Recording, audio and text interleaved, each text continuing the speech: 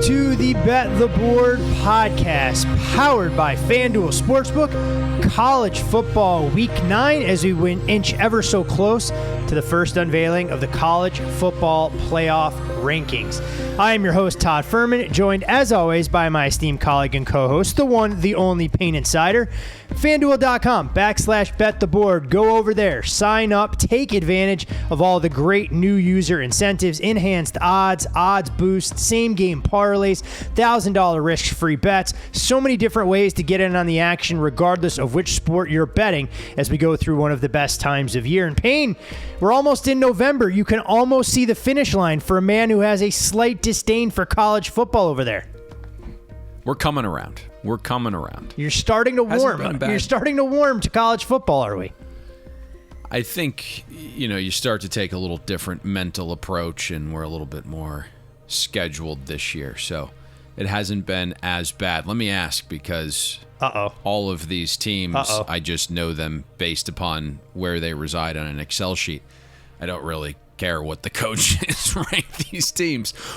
When is the unveiling of the college football playoff? Is that this week? Is that next week? When is that? I want to say it's next week, or I think it's the first week in November, potentially. I didn't mean to put you on the spot. No. It's either next week. Such a college guy. I figured it was on an alerts thing on your phone. I did not have a calendar update for that. It's either next week or the week after, because I always feel it coincides with that college basketball, the Legends Clash, or whatever the hell they're calling it, where they get some of the top programs to tip off, and they make a whole big deal about it. The reality of it is, I don't think any of us are going to be surprised with who's number 1 and 2. It's a question of who comes in at 3, 4, and 5 with the likes of, a 1-loss Ohio State team, a 1-loss Oregon side, Cincinnati. I think that's where some of the intrigue is. And the question that all of us are trying to figure out, is this the first time that we're going to get a program outside the Power 5 into the college football playoff if Cincinnati were to run the table? If they run the table, they're in. Especially if Alabama loses to Georgia in the SEC championship. The big question, honestly, and obviously, I know there's a ton of Pitt Panther fans out there who think that their team is going to find a way to crash the party. You wonder where they're going to stack up. If they're able to finish their ACC schedule undefeated, 12-1, with their only loss coming against Western Michigan, I just feel losing to a MAC team is way too much to overcome to get you into the college football playoff, no matter what you do in a Power 5 league. Who have they beat? Clemson? Obviously, you play who's in front Tennessee? of you, but that is probably the worst version Virginia Tech? Yeah, I guess. I think Kenny Pickett is kind of what makes them interesting, and we talked about that game last week, and they're good in all 3 areas. I just don't know, man. And there's some guys that I speak with that have inserted Pittsburgh into the top 10 who are more this season based in their power numbers. I get it. I just, I don't know. I mean, your boy Mel Kiper calling Kenny Pickett the number 1 quarterback prospect right now, up to, I think, top 20 on his draft board. He's playing awesome. He's playing out of his mind, right? But there is also the guy that had to return for what feels like his 9th season. How dare you? If Kenny wants to go back and get his doctorate because he's been on campus so long, how dare you judge his academic pursuits? He's been fantastic. He's been awesome. I can't figure that team out. So maybe it's me being blind. I have all the numbers in front of me, right? Like, I understand special teams, defense, offense. It's all top 25. Like, I get that.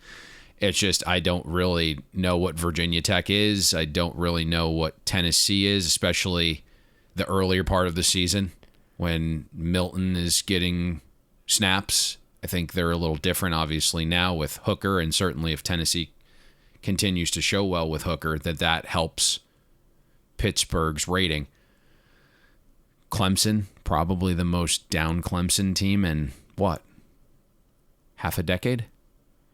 Yeah. I just don't know. Yeah, No. The Western Michigan loss I can't get over. Well, and rightfully so, when you consider that Western Michigan was absolutely obliterated at the Big House week 1 by the Michigan Wolverines. I also don't really like their head coach, do you?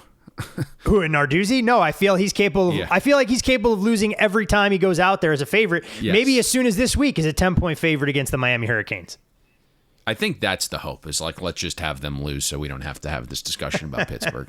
Well, I think what's even more depressing, not necessarily where Pitt fans believe their team should be ranked and a legitimate seat at the table. If you're an NFL GM and you're looking at this crop of college quarterbacks, how scared are you to have to go out there and take a Kenny Pickett, a Carson Strong, even a Sam Howell somewhere in the first round and overdrafting a guy just to keep your fan base happy?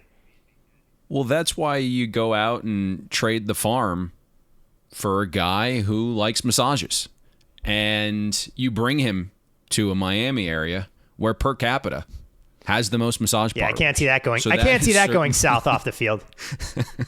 So that is ultimately the fear of at least one organization with the quarterback crop in college football coming out for the 2022 class. Yeah, bringing him to you guys might be the equivalent of the Las Vegas Golden Knights going out and trying to trade for Evander Kane once his 21-game suspension is up with the San Jose Sharks. Say, hey, you know what? We're going to welcome you right into the fold and put all of these potential distractions in front of you. But we digress. By the way, not to get too far off track, I just wanted to pull this up. We upgraded Pittsburgh last week, obviously. So Cincinnati on a neutral.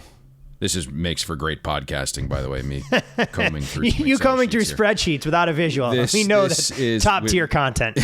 We would make Cincinnati a 5-point favorite on a neutral over Pittsburgh right now. I have them at 4. And to put things in perspective, because I know you and I have talked about it, after the top 3 teams in the country, Alabama, Georgia, and Ohio State, it is a massive drop-off. And quite honestly, you could throw a blanket over teams, let's call them 7, 8, and 9, all the way into the mid-20s and separate them by a touchdown, depending on the given day of the week.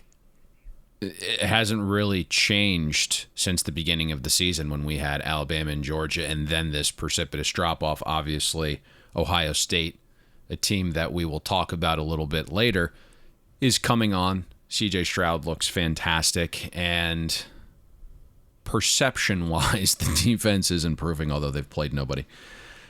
There is this drop-off. Obviously, you have Oklahoma and Cincinnati in that like tier 2 range. Michigan, we'll see what they produce this weekend, but you know, there's certainly a pretty large drop off from Georgia, Alabama, and everyone else. But yes, I make Cincinnati still a pretty decently sized favorite on a neutral over the likes of Pittsburgh, even though I did upgrade Pittsburgh last week. I upgraded them 1.5 points. It's still 5. I'm not sure people are going to love what I have to say about a team that everyone believes is legitimately top 10 in Michigan State, who I still don't even have in my top 25. So we'll use that as a jumping off point for where we're going to get rolling here, as Michigan and Michigan State will do battle in East Lansing.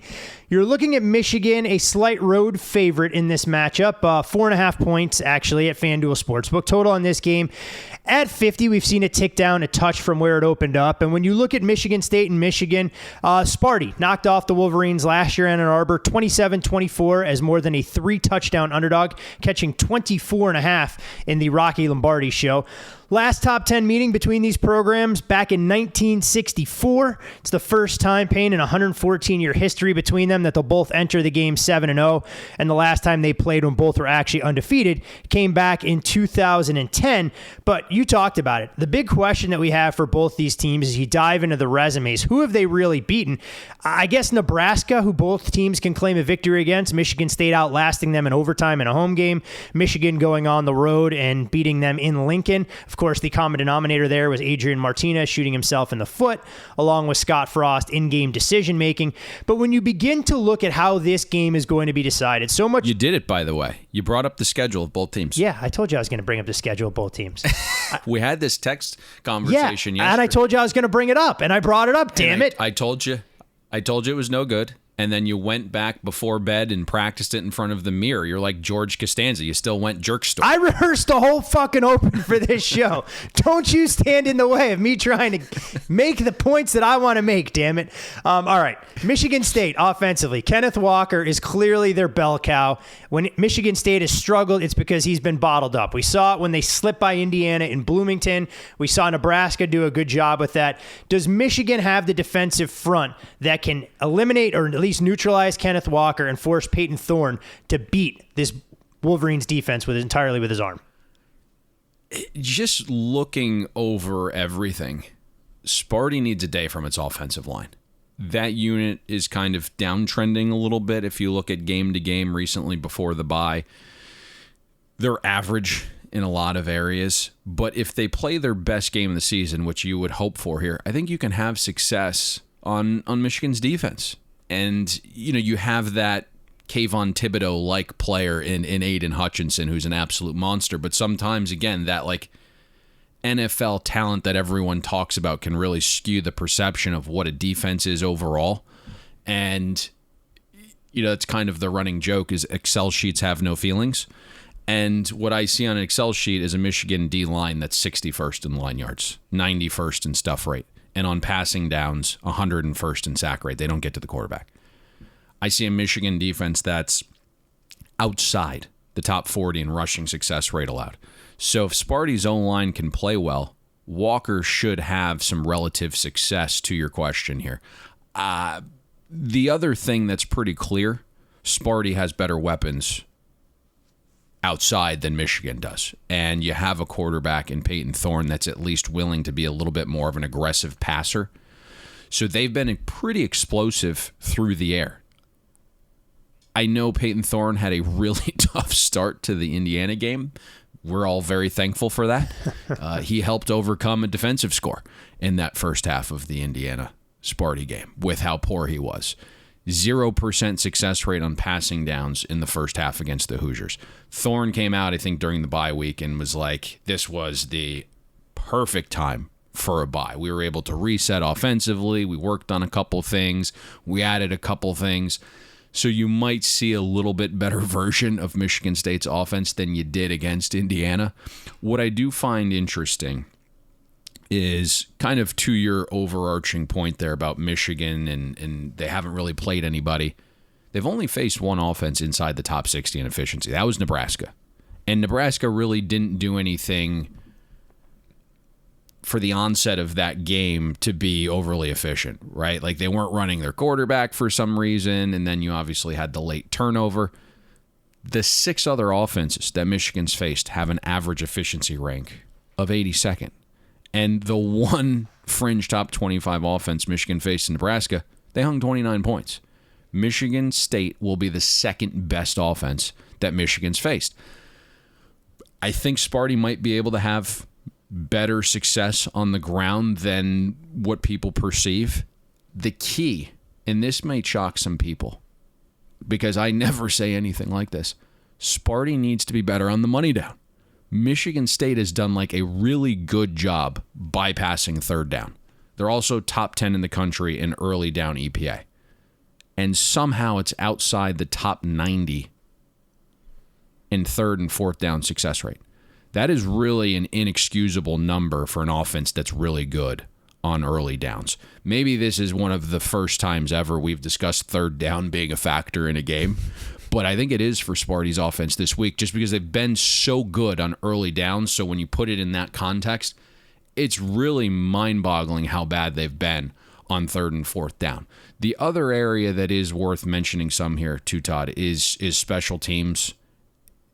Michigan has had a pretty nice advantage there. I think they're third in special team efficiency, and Sparty is barely inside the top 70, even though we kind of have been referencing that Nebraska game as the barometer since both teams have played it. So you had the ridiculous punt return touchdown that skewed the win probability so much for Sparty, and yet again, barely inside the top 70 in special teams efficiency. When you look at the way Michigan wants to do things offensively, do you feel they can find an edge and establish their ground game behind Corum and Haskins? Because clearly Cade McNamara, despite throwing the ball a little bit more in recent games, isn't much more than a game manager in terms of a caretaker or anything else, other adjectives you want to use to describe what Coach Harbaugh is asking him to do. I mean, he had 53 pass attempts total in his first 4 games of the season. Now, he has had 93 over the last 3, but against Northwestern, he threw for a whopping 129 yards on 27 attempts. Yeah, I mean, the way Michigan's offense is designed right now, it is all about the run game and being low variance. The comment Jim Harbaugh made this week about Cade McNamara was pretty interesting. He mentioned points per drive, which was nice. We see Jim kind of rounding into the year 2021 nicely. But the other thing he followed it up with is something that you kind of know Harbaugh's heart loves, and it was Cade's doing a lot of things right. You'll want to avoid turnovers. And that approach works fine when you're the better team on the field and you're bullying teams and you're in game situations that allow you to be uber run heavy. It'll be interesting to see if Michigan ever trails what the offense actually looks like. For now, you mentioned Corum. Haskins has been fantastic. Those two guys, 81% rushing usage rate combined. Michigan's offensive line, I think, deserves a ton of credit. It's really important, again, when you talk about some of these metrics and some of these matchups, that there's context included as well. Michigan's offensive line has pushed people around despite the entire world knowing they want to run. Top 25 in both line yards and stuff rate allowed. That's an area where Michigan probably has some success here as well. I mean, I know the large number in the Indiana game shows like, hey, Michigan State was pretty good stopping the run, but there was a couple gashers where they lost containment or they weren't able to set the edge. Teams have done decently running on Michigan State, and there are times where they have been bullied, 76th in defensive line yards. They don't create a ton of negative plays either. So you could have Michigan in some of these situations where it's third and short. Sparty has a stuff rate outside the top 110 in the country, and as a whole on the ground, Michigan State's defense outside the top 40 in both rushing success rate allowed and EPA per rush allowed. And, you mentioned them not facing the greatest schedule of offenses. When you look at weapons for Michigan, there's not a ton once Bell went down. And you look at how Cade McNamara has performed. I really think the key to this is getting Michigan into passing situations. And obviously that is something that is vital for this game. But I don't even think you need to get Michigan into like 3rd and long or 2nd and long. Even getting them into like 3rd and 4, right? 3rd and 5. If the drive's not approaching the green zone, that really forces, I think, a situation where McNamara has to pass most of the time. And I think that's a possibility if Sparty's able to kind of man up on some of these early downs. Right now, Michigan's outside the top 100 in bypassing 3rd down. So it feels like this could be a situation where if Michigan's in 3rd and medium, this game completely changes, right? Get Michigan in 3rd and 4 and 5 and not 3rd and 2. And I think the complexion is completely different in this game because suddenly you get Cade McNamara and a Michigan offense that has a 39% passing success rate forced to be a factor in this game. And if you do that enough times, you might be able to build a lead. And then it puts even more pressure on McNamara. And, again, I'll go back to Jim Harbaugh's quote. And he is right about McNamara doing well to avoid turnovers. But there's another side to that coin, and it's that he's not very aggressive. And so it's awesome that he's only had one turnover-worthy throw all season.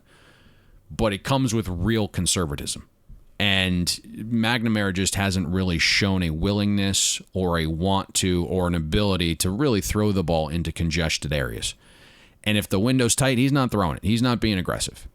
If you take every throw from within 19 yards of the line of scrimmage that McNamara's made, 85 passer rating, 0 touchdowns. It's really, just a conservative approach that I don't love, and it'll be interesting to see. Now, the line doesn't really indicate that Michigan's going to be behind in this game. But if Michigan State's to win it, it's because they get McNamara throwing in 3rd and medium. And that'll ultimately be, I think, the biggest determinant on this side of the ball. Yeah, I haven't seen a whole lot in the way of movement on the side for this particular game. 3.5, some spots open, even some 4s out there as well, hovering in that 4.5 range. I think despite these teams both being undefeated early on and controlling their own destiny within the Big Ten, a lot more questions necessarily than we have answers, given some of those strength of schedule concerns. So a lot to play out in East Lansing. We'll see if Coach Harbaugh can finally get some of that monkey off his back as it pertains to losing to his in-state rival, along with that lovely school that wears scarlet and gray just to the south of Ann Arbor. So good game to watch there in Big Ten country. To Jacksonville for the world's largest outdoor cocktail party, or whatever the hell they call it these days, for the Georgia Bulldogs taking on the Florida Gators. And Georgia comes into this game as a 2-touchdown favorite at FanDuel Sportsbook. Total on this game sits at 51. Florida beat Georgia 44-28 last year, snapping Georgia's 3-year win streak between these two familiar programs. Interesting side note that has absolutely no bearing on the game Saturday, Payne. Georgia was number one for one other previous meeting when these two teams played each other. That happened back in 1942, long before you and I were around. Georgia beat Florida 75-0 in that game. Largest point differential and most points one team has scored in the rivalry. If this game was 75-0, I think it'll open up some eyes. Quarterback controversies, controversy is probably not fair. Quarterback questions swirl around both these teams in terms of who will be the starter for the Gators. Will we see more Emory Jones or Anthony Richardson? And of course, on the other side for Georgia, will it be Stetson Bennett yet again taking control of the offense, or could we see more JT Daniels action? When you begin to look at this game, is it as simple as trying to figure out if Florida can run against this brick wall defensive front of the Georgia Bulldogs? Yeah, I think so. And, Dan Mullen usually has a pretty good game plan, especially with a couple weeks to prepare. You mentioned some of the quarterback controversy, and we know Dan Mullen has done some things outside the box. He kind of marches to the beat of his own drum, and it wouldn't shock anybody if Emory Jones trots out there for the opening series. But I think if you're looking to beat Georgia, and you already have 3 losses on the season, the approach when you're a double-digit dog needs to be higher variance, higher upside, and I think obviously Anthony Richardson provides both of those. You also, I don't know if you saw this quote, but Brenton Cox came out Wednesday, and maybe he slipped up, and he said, Anthony Richardson is the quarterback. And then you had Dan Mullen say something to the effect of, Anthony Richardson gives a defense a different look, and that's why the downfield passing is there for him. So it kind of we're leaning towards Anthony Richardson being under center, I believe. Yeah, that's kind of the sentiment that I had, especially even watching the LSU game, that provides the bigger arm, a little bit more physically imposing as a runner as well. I just wonder about his decision making, and something that I think that I can't say lightly, given the fact that Emory Jones is not exactly a Rhodes Scholar out there in terms of the way he distributes the football. Right, and I think it makes sense off the bye, right? You can kind of get Richardson up to speed. You can put a little bit more on his plate. You can get him more reps. It just feels like the right time to make the switch. You mentioned the LSU game. Anthony Richardson was way more efficient than Emory Jones, whether it was on the ground or through the air. If you look at Richardson's predicted points added, far better than Emory Jones. And I will say this, regardless of what we think of Dan Mullen, the leader or recruiter, he's going to have a decent game plan with 2 weeks to prepare here. But the question kind of is what you hinted at is, what is the young quarterback going to do in terms of reading a defense? Is he going to be accurate enough? Right? Going against a Kirby Smart defense that also has 2 weeks to prepare is going to be, it's an uphill battle. And that's kind of the one thing that we have hinted at with Anthony Richardson is that, he's not the most accurate quarterback to this point. And I get it. You watch ESPN highlights and he's making ridiculous, like Patrick Mahomes-like throws. And then you see the 3rd and 10 touchdown to, I believe, Copeland against LSU. And it's like, this guy's super accurate. But the reality is 18 of Anthony Richardson's 37 throws have been inaccurate, regardless if they were caught or incomplete. You also mentioned the ground game. And I think that's huge, right? The Gators' offensive line has to play like they played in the second half of that Alabama game. It's really been a pretty good offensive line this year, 11th in line yards. You would never really know from Gator fans or even the media, but Florida's top 25 in both rushing and passing success rate this season. It's really one of the great anomalies. Florida's far better than the record indicates. I believe if we were looking at like win probability share, they're more like a 5.5 win football team. And, they've had win probabilities of 50+% in every game. So their record probably not indicative of what they truly are as a team. Dan Mullen knows what he's getting from Kirby Smart's defense as well. Kirby Smart's defense, if you kind of look at it, it's very much a my dudes are better than your dudes kind of defense. There isn't anything really overly sophisticated about it. He's going to twist and stunt and game the front so his linebackers can stay clean and use their speed. But it's a really aggressive defense. And Georgia is designed to read run first. So you will probably see Dan Mullen go with some misdirection, some RPOs, He's going to have Richardson throw with play action. Right now, 59% of Richardson's passes have either had play action or an RPO element. But to do those things against a lightning fast defense, you have to be decisive, right? And to be decisive, you have to trust your reads. Is that Anthony Richardson at this point as a quarterback in his maturation? I'm not sure. That'll be ultimately the interesting thing here. But the way to kind of get at a speed defense that's super aggressive is to use some misdirection, is to go with the RPO stuff, is to use play action. And Florida is doing most of that. So it's going to come down to execution. And ultimately, that'll be the key to this game, right? Is can they run enough to move the chains and put Anthony Richardson in some decent down and distance situations? And can you hit the explosive? Can you hit the chunk play when Georgia ultimately becomes too aggressive? Yeah, it's going to be interesting because when you look at Florida, I know what the season-long numbers suggest. Fourth best rushing offense in the country at north of 250 yards per game. Nearly half of those yards have come from their quarterback, which only Army has a higher percentage coming from the quarterback position in terms of representations of rushing yards. Problem being in all of this, they haven't run for more than 180 yards in each of the last 3 games against Kentucky, Vanderbilt, and LSU compared to where they started the season, and this will be a much stiffer test. Now, on the other side of the ball, I mean, Florida, from a run defense efficiency standpoint, they've been anything but elite in that particular department, and that group will be tested by a Georgia side. While they haven't shown that big play potential that you pointed out a few weeks ago when we first broke down Georgia, I believe it was in the Arkansas game, they have found a way to move it down to down and put themselves in third and short consistently, regardless of who's been under center. As far as Georgia's offensive game plan, what, in your opinion, do they have to do to go out there and attack a Florida defense that can be vulnerable for stretches, as we saw in full display last time against LSU in Baton Rouge?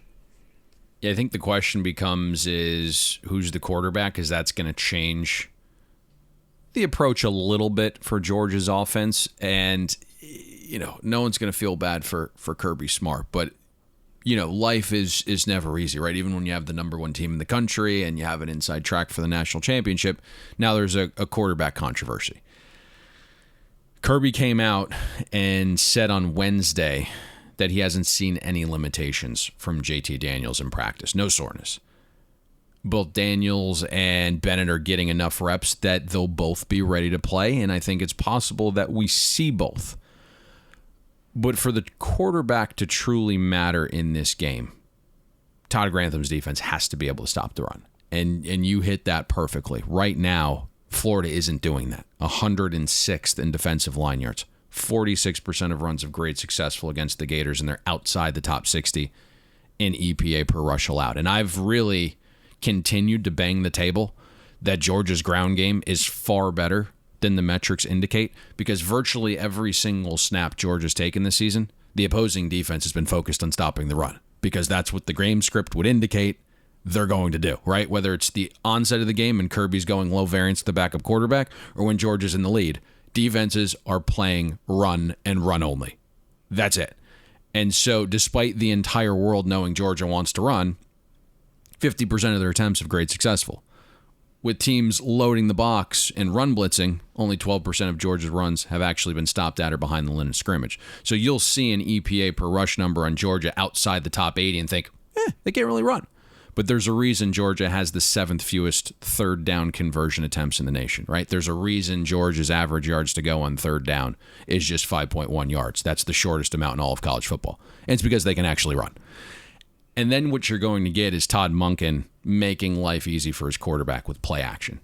Right now, they're using a 41% play action rate, whether it's JT Daniels or whether it's Stetson Bennett. And it's turned into Georgia having the most efficient play action pass offense in the Power 5 because defenses are playing run. And so that becomes the interesting element of this game. Florida has got to be able to stop the run. And again, whether it's Stetson Bennett, you have to make him throw a meaningful pass, right? You have to make JT Daniels throw a meaningful pass. And whether that's putting Stetson Bennett in a situation to make a mistake, although he hasn't made a bunch this year, but again, he's not being asked to do anything, or it's JT Daniels being put in a situation to pass and he's trying to work off the rust after a month off, those are things that you need to do defensively to actually make Georgia work in this game. Get him into 2nd and long. Get him into 3rd and 6+. And I think that will be interesting to see, and maybe that's ultimately why JT Daniels will be under center this week, because he won the camp battle. We know Stetson Bennett's the far more athletic guy and provides that quarterback run element, but why JT Daniels ultimately won this job, he was better in passing situations. And on passing downs, JT Daniels this season, 92% adjusted accuracy rate. His placement accuracy is 81%, 17% better than Stetson Bennett. But you just wonder, right? It hasn't played since the first quarter of the Vanderbilt game. There's probably going to be some rust here. So that is ultimately the way that you have to at least make Georgia beat you defensively. You just can't have them hand the ball off and go 4 yards, 5 yards, 4 yards, 6 yards, 8 yards, 9 yards, right? You're just going to lose a game like that. So I think this entire side of the matchup comes down to early downs. Most games do. It's the largest predictive measure we have. Sure, turnovers matter most, but those aren't really predictive. And right now, Georgia's 11th in the country in early down EPA offensively. Florida, defensively, outside the top 50. If you look at Georgia, they're 28th in bypassing 3rd downs on 1st and 2nd down. Meanwhile, Florida defensively, 75th in the country, allowing teams to bypass 3rd downs on early downs. That has to change for Florida to cover this game. That has to change, honestly, if Todd Grantham wants to keep his job, Todd. Yeah, I mean, this game has so many different elements to see. Obviously, Georgia has everything ahead of them in terms of their quest for a national championship. And I think Florida, a team that a lot of people thought could contend in the SEC East coming into things, that dynamic has changed a little bit in the wake of 3 losses against Alabama, Kentucky, and LSU. Suddenly, the outlook on the season looks a lot different if you're able to upset Georgia as a 14-point underdog. We'll see if Florida has what it takes on either the offensive or defensive side. Payne, another team that's seen their season kind of fall off a cliff in recent weeks would be the Penn State Nittany Lions, and they'll head to Columbus as an 18.5-point underdog. Total in this game sits at 61 at FanDuel Sportsbook, and as far as Penn State's concerned, the last image we have of the Nittany Lions was them allowing 357 rushing yards and a 9-overtime football game against Illinois last Saturday that set the sport back maybe 50 years with the 2-point shootout and the inability for either of these teams to get creative. That rushing total against marked the largest rushing output against Penn State since 2013 when Ohio State ran for 408 yards. Apparently losing defensive tackle PJ Mustapher has hurt this unit a lot more than people thought. And it's pretty crazy to think about what the last 6 quarters have done to kind of change the dynamic for Penn State's football season. You went into the half in Iowa City with a commanding lead against the Hawkeyes. Suddenly you come out, you lose that game, you follow it up with a dud off of a bye as a 24-point favorite, and here you are walking into a hornet's nest against an Ohio State offense that has really found its swagger. They scored 47 unanswered last weekend against Indiana after trading opening drive touchdowns. The Buckeyes have won each of their last 4 games by 39-plus points. They've scored 50-plus in 4 straight and now lead all of the FBS in scoring at more than 49 points per game. We're seeing C.J. Stroud and Travion Henderson look a lot more comfortable in the offense. Stroud, of course, has gone from Heisman long shot to Heisman afterthought to suddenly right back in the thick of things. But when I look at this game, and I think you and I are in agreement here, if Penn State is going to be competitive, and I'm not talking about winning the game outright, but maybe even covering the number, they're going to have to get more from the offense. And you and I saw the same things despite what James Franklin said. He can indicate that Sean Clifford is going to be 100% for this game, but he was anything but in that piss-poor performance last weekend against the Fighting Illini. I think you set this up perfectly in all areas. You initially started with Penn State's defense, and they have been solid, right? Better than I thought coming into the season, but they're not close to what the current perception is. And we have seen their defense get bullied in the trenches by Wisconsin, and then we saw it again last week against Illinois. And you mentioned PJ Mustapher, the best run stuffing and tackling interior lineman Penn State has is out for the season. Penn State's secondary has been awesome on paper, top 5 in EPA per pass slot. They haven't played a single pass offense worth a damn. 6 of the 7 offenses Penn State's faced have a passing EPA per play outside the top 100. Auburn's the best passing offense Penn State's faced. They're 70th. Last week, Penn State's defense was on the field for almost 37 minutes in regulation. Then you had 9 high-leverage overtimes. So Ohio State is going to score against an overrated, injured, and fatigued Penn State defense here. There might be some resistance, but I think if you're expecting Penn State to shut down Ohio State and look like a top 5 defense people perceive them to be, you have another thing coming. So you hit this perfectly. The key, as you mentioned, is Penn State's offense keeping pace. Can they? Can Mike Yurcich and a far less than 100% Sean Clifford do enough to stay within the number? The number says this is an absolute boat racing. Very similar to what we have seen in a couple of these games recently where you have a large favorite and it just, you look at the number, you're like, oh my God, Penn State's been good, right? Like they've played bad football for 6 quarters, but their quarterback's been injured. And so like, how can this line be 18.5, 19? I think that will probably be the perception of most casual bettors, but that line would indicate that this is going to be an absolute drubbing. And to me, Sean Clifford's limitations were pretty apparent with the shoulder injury last week. My gut says with a bye week that Yurcich and Franklin could have come up with something against Illinois to score more than 10 regulation points without Sean Clifford. So he could have had another week of rest for Ohio State. That didn't happen. And I just look at a guy, and you can say that, like, hey, we're going to have Sean Clifford run a little bit more this week. The game just means more. There is not a prayer when that game was as tight as it was late that they didn't have Sean Clifford running because they wanted to hold him off for the Ohio State game. That is all lip service. If you believe that, I got a bridge to sell you. It's just not reality. The other part that is somewhat interesting, and I think we probably find out if it's accurate, Ohio State's defense. They have improved, I think, over the last couple weeks. They have certainly rebounded on the scoreboard since Minnesota, Oregon, and Tulsa. Ryan Day basically took away defensive play calling duties from Kerry Coombs, and now it's Matt Barnes basically running the show.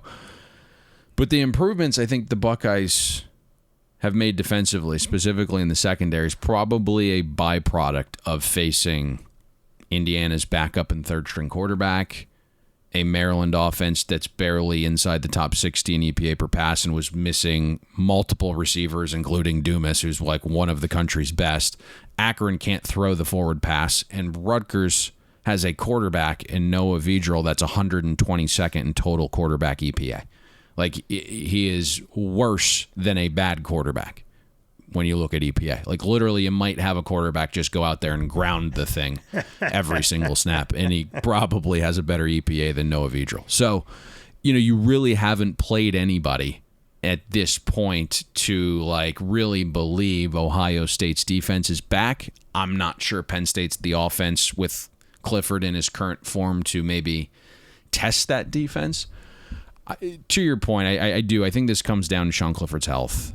I just don't get the vibe he is 100%. I believe there's only one designed run last week, again, in a game that had 9 overtimes. So that is clearly an element that Penn State's offense could use. It just tells you that he's not 100%. And so suddenly you have a Penn State offense trying to match scores with Ohio State, and they can't really slow this game down either when you think about it from that perspective, which kind of just came to me a little bit, right? Like, they haven't been able to run the ball at all. James Franklin's called out the offensive line and the running backs multiple times this season. PSU 116th in line yards. They've allowed 22% of runs to be stuffed at or behind the line of scrimmage. So they really haven't been physical enough offensively to kind of slow this game down and bully Ohio State. So, then you have, again, the injury, and it is to the throwing shoulder. So, like, can you attack Ohio State's weakness, which is the secondary, with your best player in Jahan Dotson? They really had a tough time getting Dotson the ball last week against Illinois. I just, this is a tough game for me. I think you're going to see Matt Barnes test Clifford's health a little bit early with some blitzes. And Clifford has also struggled under pressure this season, even when he was healthy. 50% adjusted accuracy when pressured, 4 picks, 60 passer rating. This just kind of feels like Penn State might be in a gunfight with only a slingshot. And you just not going to back Penn State in this situation. I can't do it. Yeah, I mean, you've seen Penn State's offense really fall off a cliff. They mustered 28 points against Auburn. When you're looking at some of the tougher opponents that they faced, they hung 24 in Indiana in a shutout of the Hoosiers, 20 against Iowa. Of course, that was the game where Clifford got hurt, and then 18 against Illinois. So trending in the wrong direction. And when you look at the ground game that you spoke of, I mean, Noah Cain averaging a shade more than 3 yards per carry. You know, Kevon Lee, supposed to be their change of pace guy. He's been a little bit better, but just can't handle a strong workload. So if Sean Clifford isn't an able and willing runner in this particular spot, I just don't think there are the playmakers there. Then you add in the factor that I think is impossible to ignore as you handicap Penn State going forward. James Franklin changing agents in the middle of the season, in my opinion, not to negotiate a new deal to stay in Happy Valley, but to start kicking the tires and figure out if he is a legitimate candidate for either the head coaching job at USC, LSU, or somewhere else. I don't think this is a marriage that's long to last, and some of the reading that you do leading up to the game, pretty scathing in terms of James Franklin feeling that sense of entitlement that has infuriated a lot of Penn State's core fan base, saying this guy has been a good coach, he hasn't been great, and the fact that he flirts with every high-profile job that comes along, it may be time for a parting of ways between these two parties. I have never heard that he's the best human.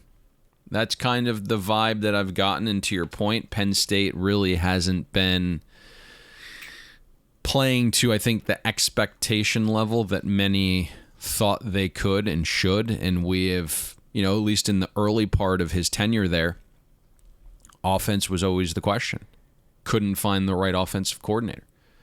And now you're looking, and I know we had the shortened season last year a little bit, and you had, the Big C stuff going on. But what is his record over the last season plus? Is he below 500, 500, hovering right around 500? Yeah, it's so to not your great. Point, he's not to your point, not the guy that probably is deserving of a monster job like LSU or even USC, but we'll see. I know USC is kicking the tires on just about everybody. We had an emphatic response to the rumors of Mike Tomlin potentially being recruited there. It didn't make any sense to me, and it was interesting to see what Mike Tomlin said. So I don't get the vibe that he is a college guy. They're going to kick the tires on some guys, but yeah, I mean, I think if James Franklin leaves, you may have the initial dip in recruiting year one, but ultimately, if you landed Luke Fickell, would you be upset about that trade? No, and I don't think you should, because Fickell can still recruit that same exact footprint that's made him so successful at Cincinnati. It's this Midwest mentality, and he'll be able to raise the overall profile of the kind of athlete he gets in there. One thing I will say about James Franklin, I can understand why maybe it's Matt Campbell. Yeah. Those would be the two guys, right? I think those guys fit the Penn State culture and what they're looking to try and build. Not flash and dash, but a lot more meat and potatoes. And I think that would clearly resonate with their fan base. One thing I will say about James Franklin, why you can see how great he's been as a recruiter. I haven't met a lot of college football coaches. I'm sure you've met more in person. That dude's energy, Payne, let me tell you, is through the roof. When he was a head coach at Vanderbilt, I was at a Vanderbilt UK basketball game, and he came into the area where I was sitting watching the game, and he was off the wall. I mean, I couldn't even bottle that level of emotion. I think you see some of that on the sidelines, but sometimes that can also backfire when things aren't going well if you can't have a calming effect on your kids and allow them to rally the troops. Does it feel forced? It does feel like there was. Do you think it's natural? No, I think there was a little bit of that artificial component to it. There's no doubt about it, that you can use that to overcome some of your other deficiencies.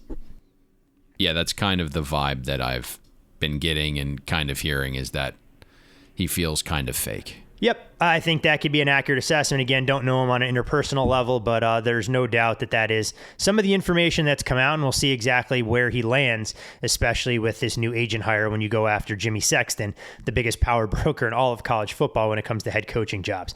To the Plains we go. A little SEC West showdown under the lights at Jordan-Hare, where it's the Auburn Tigers, a 2.5-point favorite at FanDuel Sportsbook, against a 6-1 Ole Miss Rebels team, fresh fresh off of a dominating 31-17 victory against the LSU Tigers.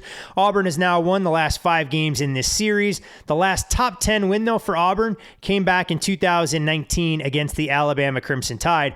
When you look at Ole Miss, they held LSU in check on the ground. The Tigers were able to accumulate just 77 yards rushing.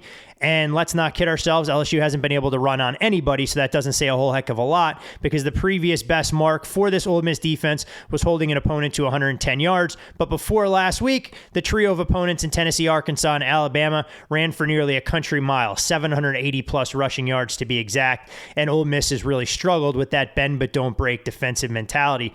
When you look at Auburn, Tank Bigsby has not been the same dynamic runner that we thought he could be. He's really been stuck in neutral over the last couple of weeks, but maybe the bye came at the perfect time for Auburn to rest, regroup, and have a unique offensive game plan as they try and go out there and attack an Ole Miss defense that, quite frankly, Payne, may be running on fumes in this particular spot. I completely agree, right? And obviously, right, when you're looking at Ole Miss and you're assessing them, it's a team that lives and dies on offense with a great offensive-minded coach like Lane Kiffin, and you have an NFL-ready quarterback in Matt Carroll. But most of the time, your deficiencies are what get you beat, not your strengths. And I think one of the largest matchup advantages you hit perfectly is Auburn's offensive line and their running backs against Ole Miss in the trenches defensively, especially when you factor in the rest advantage Auburn has coming off the bye versus Ole Miss going through this gauntlet portion of their schedule at Alabama, Arkansas, at Tennessee, LSU, and now Auburn under the lights and Jordan Hare. That's 5 straight weeks of just battles. So I think you could see that fatigue factor that you mentioned. Through 8 weeks, Auburn's offensive line, 33rd in line yards. If you don't remove garbage time, the number is even more impressive. Only 13% of Auburn's running plays have been stuffed. That's top 25 in the country. For Ole Miss defensively, we know the reason they went to a rush 3, drop 8 was because some of the question marks with the talent they had along the defensive line. Certainly, that talent's improved year over year. You took a couple JUCO guys. You brought in a big 4-star recruit that you won over Florida State, but it's still not SEC quality along the defensive line. And right now, the Rebels are 109th in defensive line yards. They're 110th in stuff rate. We've started talking about opportunity rate along both the lines, which basically, again, is a measure of how often 4 yards are available and how often at least 4 yards are gained. That happens 53% of the time against Ole Miss's defensive line. That's outside the top 100 again. You mentioned Tank Bigsby's slow start. He's obviously not having the season he hoped for. He's not getting the amount of touches he would like either. So that will be an interesting situation potentially in the offseason. Auburn's run game, though, is pretty potent when you factor in all of the differing styles. And I understand what Harson's trying to do, right? You have Bigsby, who is more your physical down-to-down runner. And then you have Jarquez Hunter, who you have as an absolute home run threat. And then you have a sprinkle of Bo Nix, who's a mobile quarterback and creates that extra man advantage in the box. Bigsby right now, 5.2 a carry. The majority of that after contact. You have Hunter, 19% explosive run rate. It's this nice mix of thunder and lightning. Bo Nix, I think, has really played, I would say, at his peak after being initially benched, but from the LSU game onward, he's been pretty damn good. And you get him at home, where he's a little bit different, that's for sure. And, I think against a defense like Ole Miss, that is 123rd in rushing success rate allowed, Auburn's going to be able to run it here. They're going to be able to dictate and control tempo and pace in this game, keep their defense on the sideline a little bit, where, there's probably some concerns defending the pass. When I look at this, it's actually pretty interesting. We know they should be able to run the ball. And Auburn's passing game hasn't been explosive, but I just think Nix has done a pretty good job keeping defenses honest with some of his down-to-down passing. That is really another area where, because Ole Miss basically plays zone, there's plenty of holes to find within it. And shockingly, 46% of Auburn's passes have graded successful this season. So they're not uber explosive, and you don't think of Bo Nix as this like pocket quarterback, and he's made some bad decisions in the past, and he's not the most accurate of throwers, and that's again why he lost his job, and he hasn't played to peak based upon what they thought he would be when he came in as a 5-star recruit. But they're able to move the ball efficiently through the air, which I think is another added wrinkle where, if you are running the ball pretty well, which we expect, Bo Nix is going to be able to provide that different element through the air as well here, Todd. Yeah, it's such an interesting game because I think this Ole Miss team we had high expectations for coming into the season. The offense really hasn't let us down despite a rash of injuries and some that we don't have as much clarity on Wednesday morning as we record this as we'd like, inching closer to the game, but you do wonder on a variety of fronts if they can sell out, stop the run, and what kind of opportunities that would create for Bo Nix to throw over the top. I mean, he still doesn't have that true number one receiver, at least when I watch Auburn games so far. You do have 4 players with 20-plus catches there in Robertson, Hudson, Jackson, and Shanker, but at the same time, no guys like Eli Stove and Anthony Schwartz, etc. But if you're able to run the ball against this Ole Miss front, I do think there'll be plenty of opportunities to be found over the top, and this Auburn team a lot more physical in the trenches than some of the opponents that Ole Miss has faced. When you look at this number, Payne, and you've seen some movement from right around Pick'em where it opened, getting out to 3, we did see a little wave of resistance at that key point of 3. What do you make of a power number for Ole Miss and Auburn at this point in the season? Yeah, I think I agree with the move on Auburn. I think the matchup would certainly indicate that Auburn has some advantages here. You kind of hinted at potentially Ole Miss having some injuries to the receiver group. We know that they haven't been fully stocked with their weapons the last couple weeks. Not sure some of those guys return here. And so when I just look at our core number, it certainly isn't Auburn -3.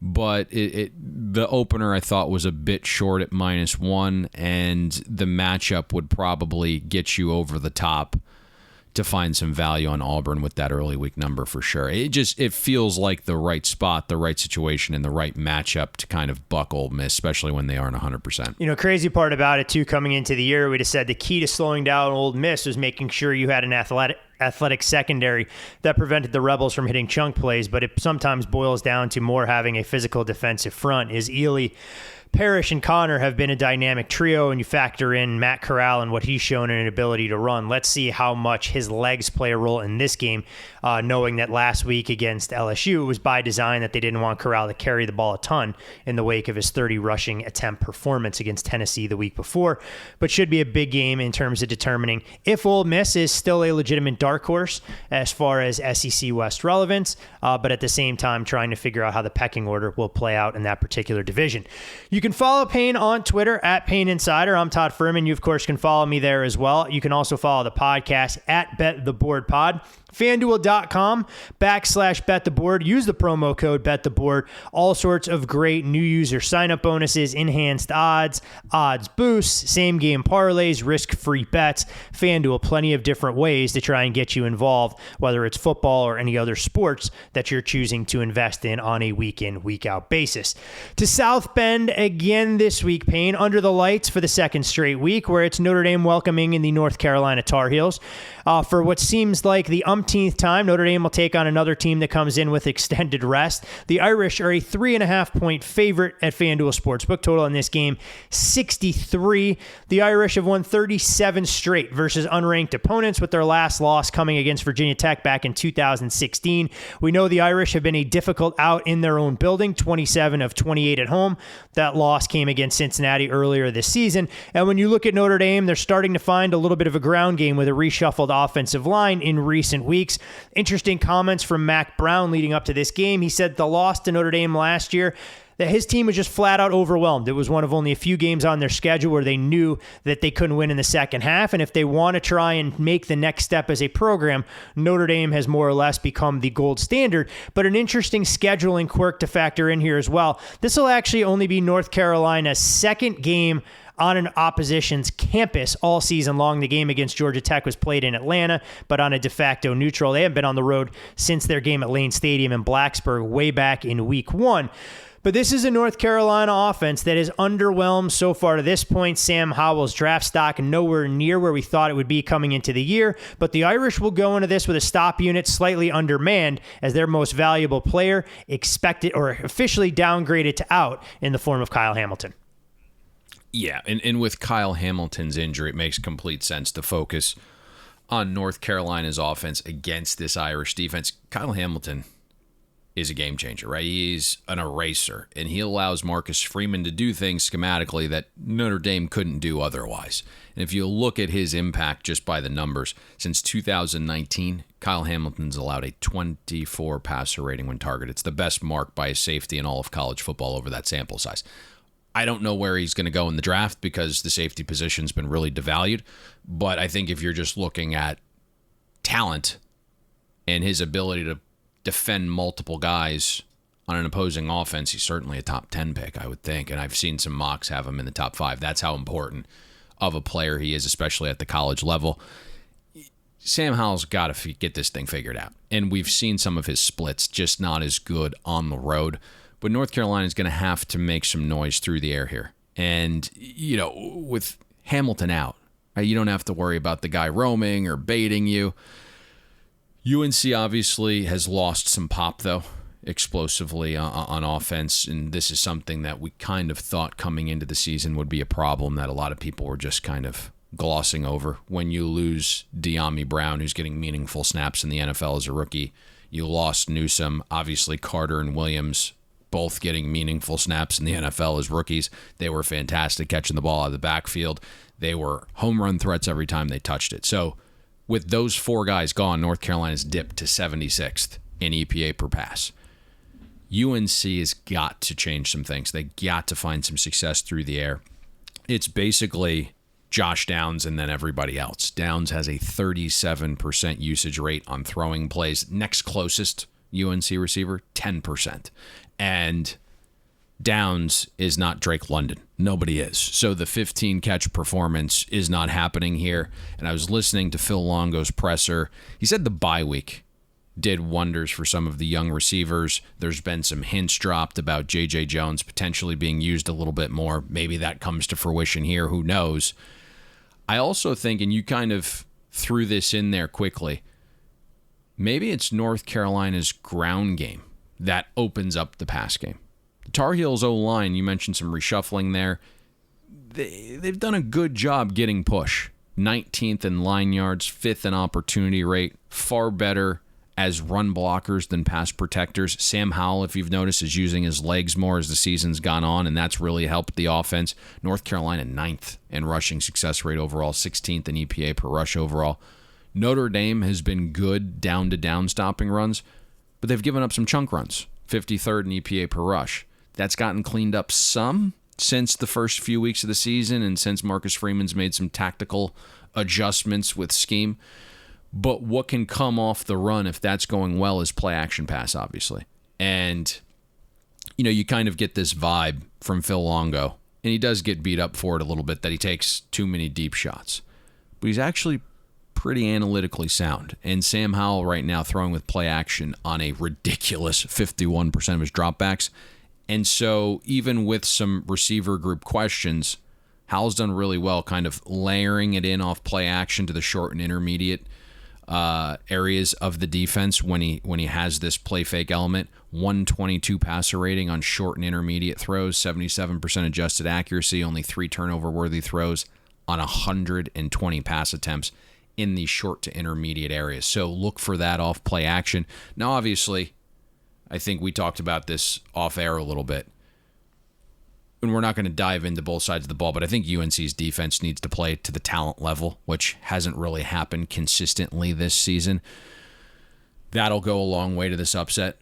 But obviously, if you're going to pull off the full-blown upset, get revenge from last season, it's mostly about Sam Howell, right? And how kind of the Tar Heels' offensive success and efficiency regroups off the bye week, figuring out why the drop-off has happened on the road as well. Like, you have to play closer to last season's level here.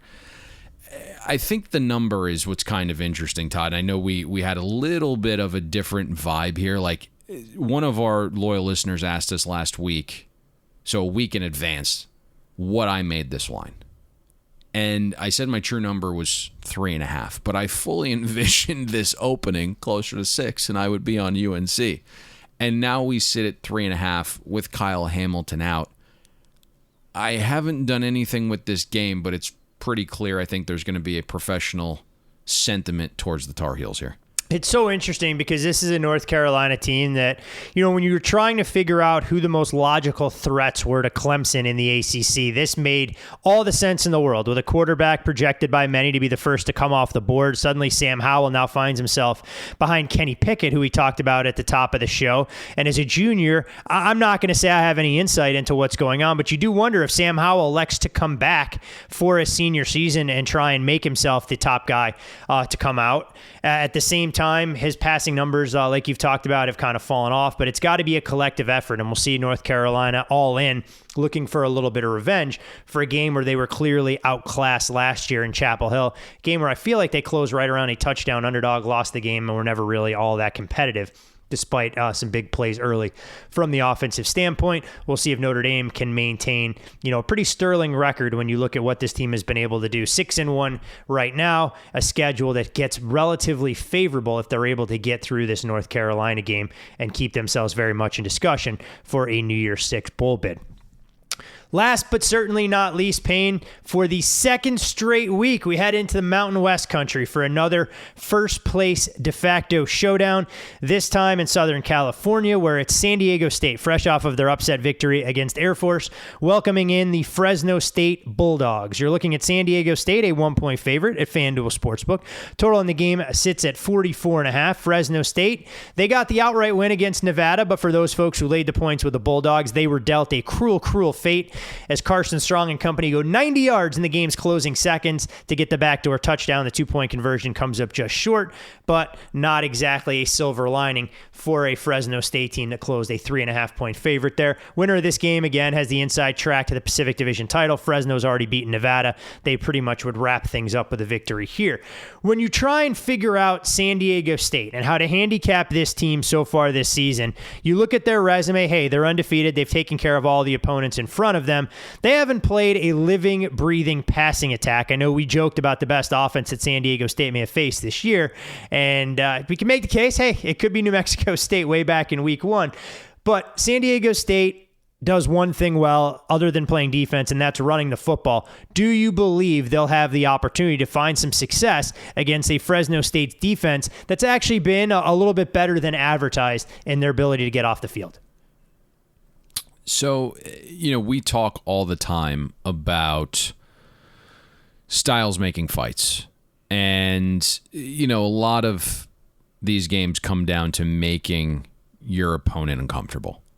And, for the Mountain West Conference, San Diego State has an elite defense. I'd call Fresno's defense damn good on the same scale. So that is where things will get interesting for Fresno if they're able to stop the run. But I think where the difference lies is Fresno's offense actually has some pop, right? They can throw the ball. They can throw the forward pass. They can be explosive through the air. And ultimately, that is a way that you can stop San Diego State's ground game as well. Because if Jake Haener and Fresno's offense can attack San Diego State's defense early, it then forces the Aztec offense to play from behind. And that's when mistakes are going to happen because they are not built to play from a deficit. They struggle to pass the ball. How dare you talk so poorly about Lucas Johnson? How dare you? Yeah. Did enough to get to the window last week. That's for sure. But I do think the factor that is largest here is Fresno throwing early to build the lead. And it's always tough to gauge metrics if they're not schedule adjusted. But at the same time, you do have two teams, again, that are in the same conference, and both their strength of schedules are pretty on par with one another. Fresno's offense has played a schedule of defenses outside the top 100. San Diego State's defense has played a schedule of offenses outside the top 90. But again, going back to where that difference is, San Diego State, to your point at the top, has not been tested through the air. And it's not just in terms of competition, but also you look at the style, right? Like Air Force is an option team, most run-heavy team in the country. New Mexico is a run-heavy offense. San Jose State was without its starting quarterback. Utah, 80th in EPA per pass, and the quarterback it started against San Diego State is no longer on a college football roster. Arizona, the other Power 5 team San Diego State played this season, 116th in EPA per pass. And the joke that we made via text last night is you have to go all the way back to week 1 when San Diego State actually played a pass-first team in New Mexico State. They're not even a good pass-first team, 109th in EPA per pass, but New Mexico State, with that pass-first approach, was actually a plus 2% in net success rate against San Diego State. They covered the spread by 2 touchdowns. So that style may present issues if you look at them underlying, right? Like, I don't know if that's the case, but the one team that chose to take that approach was able to stay within the number by 2 scores and was a positive in net success rate against a much better team. So now you get a Fresno offense that can actually throw it, that's actually pass first. 52% of their passes have graded successful in the season. They're good down to down through the air. They also hit the explosive, 25th in EPA per pass. Jalen Cropper is Fresno's lead receiver. He just got added to the Blitnikoff watch list. Jake Hayner's done a fantastic job spreading the ball around. 6 guys have at least 15 receptions. You look at Cropper, Kelly, and Pope, all averaging more than 2 yards per route run. And past the point of like San Diego State's secondary not being tested, we thought coming into the season, and I had to go back and look at my notes, Todd, when we kind of were looking at some preseason projections, we kind of called for regression from San Diego State's secondary primarily because they were losing 2 all-conference guys in Hall and Thompson from last year's team. So they haven't been tested yet to figure out if those 2 all-conference guys are sorely missed. I think we'll probably find the answer out this weekend. And so it would not shock me in the least bit, Todd, if Fresno actually closes the favorite here. You know, this game is interesting because I actually watched the full game, or a better part of 3 quarters for that San Diego State Air Force game. I know what the scoreboard said. I know what side we were on. But there was a play early in the game that would have completely changed the dynamic. You had an Air Force receiver that was wide open, and I'm talking about 8 to 10 yards of separation, hit him right in the hands, drops the ball, and Air Force was never able to find that momentum play. I just get the feeling that if they can keep Hayner upright, even with that ankle injury, that he looked significantly healthier dealing with last week against Nevada that he had in recent weeks. This can be a team that's going to put San Diego State in a position they haven't been in, and I think you raised the key factor here. It's easy to say that, hey, look, if a team is playing with the lead, life is significantly easier. It's what we've talked about in the NFL for years with Kansas City. The defense is built to get after the passer when they're up, the same way the Indianapolis Colts with Peyton Manning years ago weren't built to stop the run, but they were built to get after the quarterback when other teams had to erase deficits. I think this San Diego State offense will find themselves in a world of hurt if Fresno is able to build not a 1 score, but maybe a 10, 13-point lead at any point in the game. It could be good night, sweetheart, to quote the great Lee Corso. Absolutely. I think the other interesting thing here is like San Diego State is a defensive-based program and team right now, and they have an all-world punter. And he's that good. was part of the reason I thought. Man, is he good. Not only is he great, he's probably the best punter in the country, but he did have the Denver Air working in his favor last week. And so that changes a little bit here. And, you know, you mentioned the big drop, but also the reason San Diego State was really successful in that game is their starting field position was at the 41-yard line. And so I don't think you will have quite as good a field position this week. And sometimes in a game when you're looking at a total of 44.5, hidden yards goes a long way. And it's an area where, like you said, San Diego State has been one of the best. They're plus 359 this season as far as special teams efficiency goes, a punt efficiency rating of 87%. And that wasn't just one 80-yard punt for Matt Ariza Payne. He did it the week before as well in California against San Jose State, although that one rolled a little bit longer than it was true air yards. But clearly a thing to watch. Bill Belichick's going to draft that guy in like the 3rd round. I mean, let's not kid ourselves. You got our audience extremely excited Monday. It was glorified punter porn with your in-depth analysis of what the Saints and Seahawks were going to bring to the plate. So the fact you were able to run it back and talk about a San Diego State Aztecs punter speaks volumes about the depth of knowledge and useless information we love to impart on our listenership. It's really an underrated factor when you're looking at unders, I will say. That is definitely the case. All right, 2 big game breakdowns, 4 factors that'll impact a couple of the other marquee games that people will be watching this weekend. I know there is also a portioner of our core listener base a little disappointed that we didn't deep dive the rock fight taking place between Iowa and Wisconsin and a couple of other games that just nearly missed the cut, but there aren't enough hours in the day to get to every single football game that'll take place on any given Saturday. We do have You want the breakdown? You want the breakdown? Yeah, I do want the breakdown. Wisconsin's the sharp side there. Go ahead and have a blast laying points. That's got all with Mr. Mertz. It's got all the. That's yeah. Like it's not gonna the game's gonna close 3.5, maybe even more. It's like Wisconsin is the professional side. Can you get yourself to lay points with Mertz? That's what it comes. Got to. all the makings of a game where you lay 3.5, and Wisconsin is always in control, yet they win the game 12-10. That's the breakdown. There you go. See, that's why you get the big bucks around here. Succinct, eloquent, and still informative, all at the exact same time. All right, one final order. I feel like if that's the only things we could discuss, we could go down this entire board. But I'm trying to prevent the degenerate nature of our podcast. Do you have thoughts you want to offer up on North Texas against Rice or UMass Liberty while we're North down that Texas wormhole? actually took some money yesterday. Yeah, North Texas took some money yesterday. Below the 3. Very sharp. There you go. Sneaky over there. 2 teams that can move the ball a little bit better than they're given credit for in Conference USA. All right. One final order of business. Focus. One final order of business. It's where we can go for an investment opportunity. I did see you undress one of our listeners this week on Twitter for our Temple pick last week. Once every 6 to 12 months, I will undress a degenerate loser. And if we lose him as a listener, so be it. We will get more. But yes, effectively, like once every 6 to 12 months, you just got to snipe somebody from the treetops and just let them know that, you're not to be messed with. That's basically the nature of this. I understand where you're coming from, but all right, where are we going for our best bet this weekend, my friend? It's not going to be something we routinely do, and it'll probably shock some people here. First half over? Let's go with rotation number 160. We discussed this a little bit off air. We both like this. It's kind of a bleak card. There's some things that have moved on us a little bit in the early portion of the week that I don't feel necessarily as comfortable giving out. But let's go with Arizona State minus the 15. It looks like a large number, and I'll be candid, there isn't a ton of value in the number, but I think the matchup and the situation is fantastic. And so basically what you have is an Arizona State team that is going to be refreshed and rejuvenated off the bye, and they got good news watching Utah lose last week. So now they are back in the fold in the Pac-12.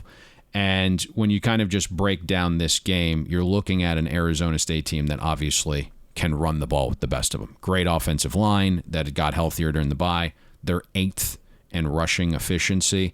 And you're going against a Washington State defense that's 106th in the country. So you can have the situation, which we like, where late in this game, it's a 14-point game, it's a 17-point game, it's a 20-point game.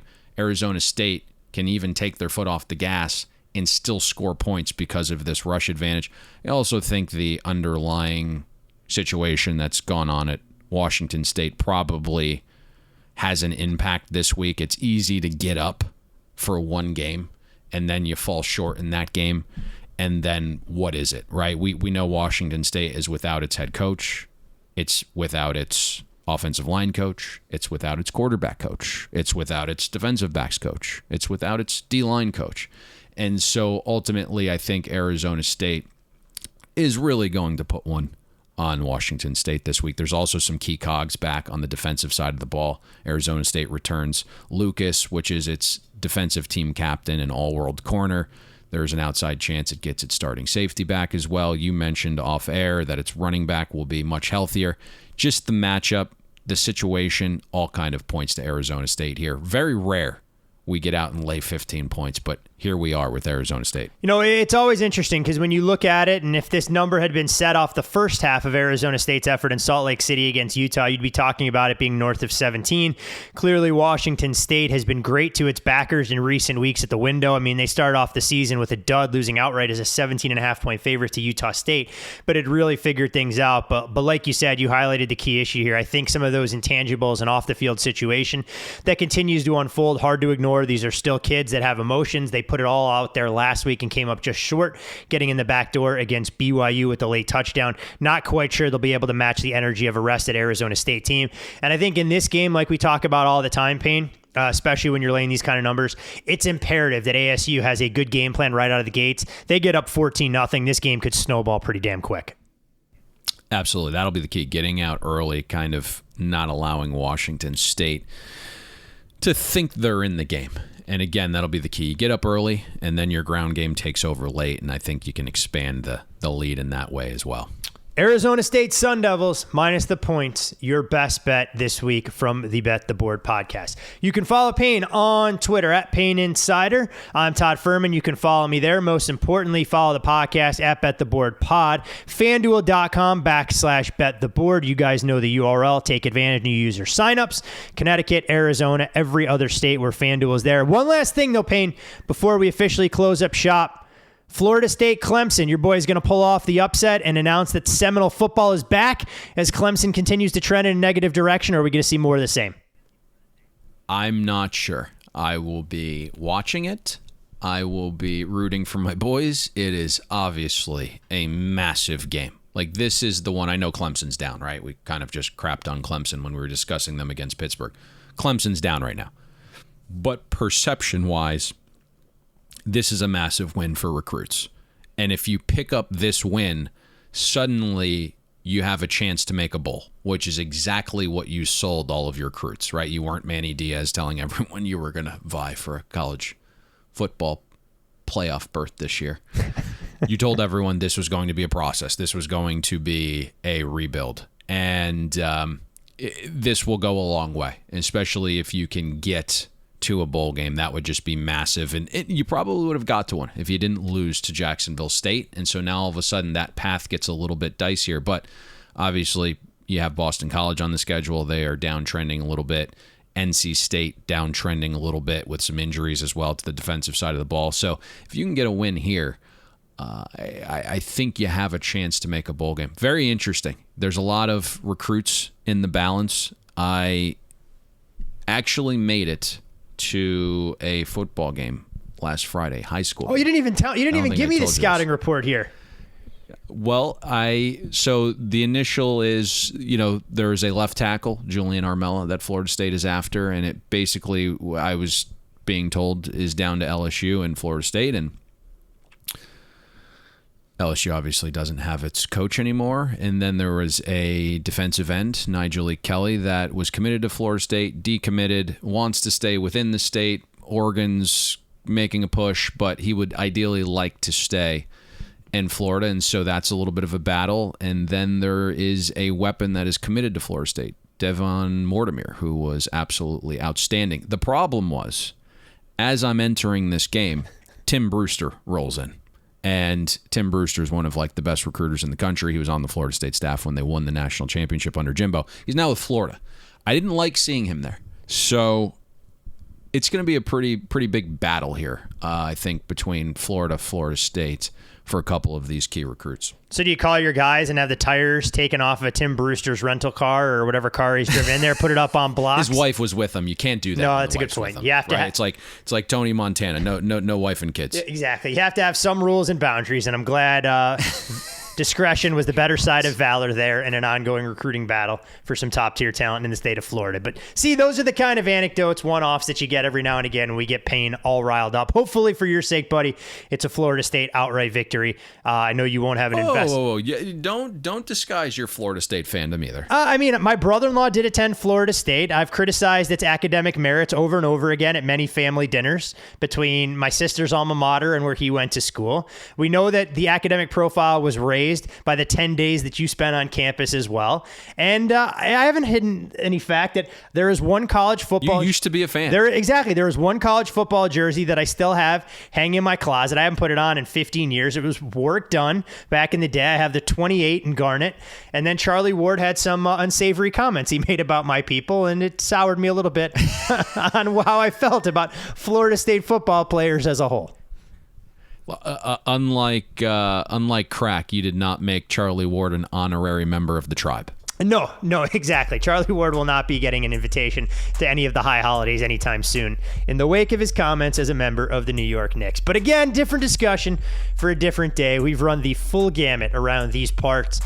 Best of luck to all of you, our loyal listeners, with all of your college football Week 9 investments. And come Saturday afternoon, with an Arizona State Sun Devil ticket in hand, we'll see you at the window.